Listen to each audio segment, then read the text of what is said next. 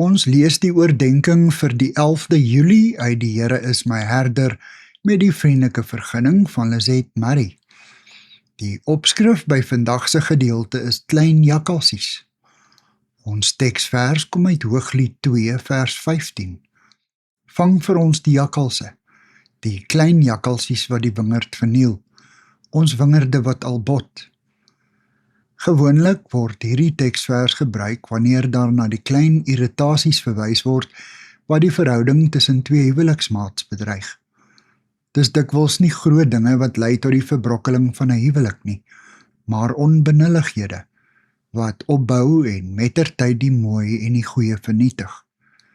Net soos gebrekkige kommunikasie 'n verhouding kan vernietig, kan iets soos ongereelde gebed en stilte tyd die vreugde en spontaniteit uit ons verhouding met God laat verdwyn. My eie gemak, my tyd, my geld, my gesin, my buitemuurse aktiwiteite kan alles klein jakkalsies word wat my en God se wingerd verniel. Soms doen ons al die regte dinge. Ons gaan gereeld kerk toe, is betrokke by ons gemeente, behoort aan 'n Bybelstudiegroep.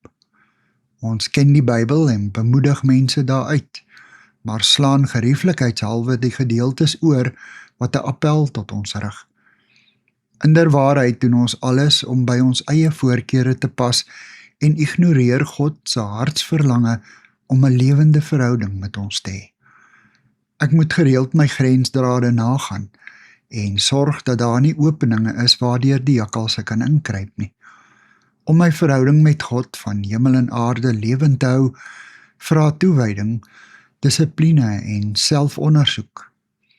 Dawid het die antwoord wanneer hy in Psalm 139 vers 23 en 24 sê: "Deurgrond my, o God, deurgrond my hart, kyk of ek nie op die verkeerde pad is nie, en lei my op die beproefde pad." Here, dankie vir die riglyne wat U vir my gee, sodat ek in 'n lewende verhouding met U kan bly wandel. Amen.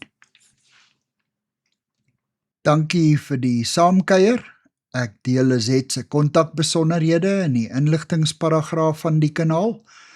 Daar is ook skakels na voorlesings van Lizet se ander publikasies wat hier beskikbaar is.